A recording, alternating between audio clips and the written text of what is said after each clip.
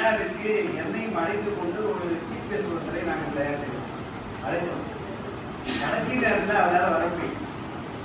உடனே ஆனா அவர் வர முடியல, நீங்க தான் வந்தாலும் நீங்க தான் பேசுறதுன்னு சொல்லிட்டாரு. பல கூட்டங்கள், பல மாநாடுகள், பல திருமண நிகழ்வுகள் நாங்கள் பேசினாலும் கூட மாணவர்கள் மத்தியிலே பேசுகின்ற போது ஒரு சென்சிட்டிவ் இருக்கு. அது எனக்கு விழுந்தது.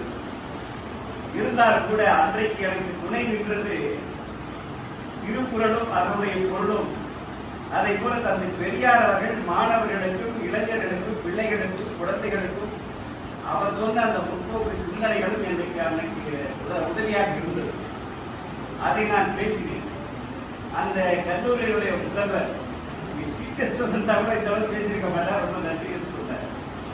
ஏன் நான் இது சொல்லுகிறேன் என்று சொன்னால், நான் படித்தது எனக்கு அப்பொழுது துணையாக இருந்தது. அப்பொழுது அந்த படிப்புகள் கல்லூரிகளிலோ பள்ளிகளிலோ நாம் எதிர்பார்க்க முடியாது. அது இல்லாமல் வேறு இடங்களிலே படித்ததால், வேறு நூல்களிலே படித்ததால் அது நமக்கு பயனுள்ளதாக இருந்தது. அடுத்ததாக இந்த கல்லூரியிலே இந்த நிகழ்வை நடத்த வேண்டும் என்பதற்கு நம்முடைய உலக திருக்குறள் கூட்டத்தினுடைய அரியலூர் குற்றக்குடி வட்டார தலைவர் சகோதரர் அறிவழகர் அவர்களை இந்த லைசன்ஸ் நிர்வாகி தொடர்பு கொண்ட போது கல்லூரி முதல்வர் அவர்களுடைய ஒப்புதலை அவர்கள் பெற்றார்.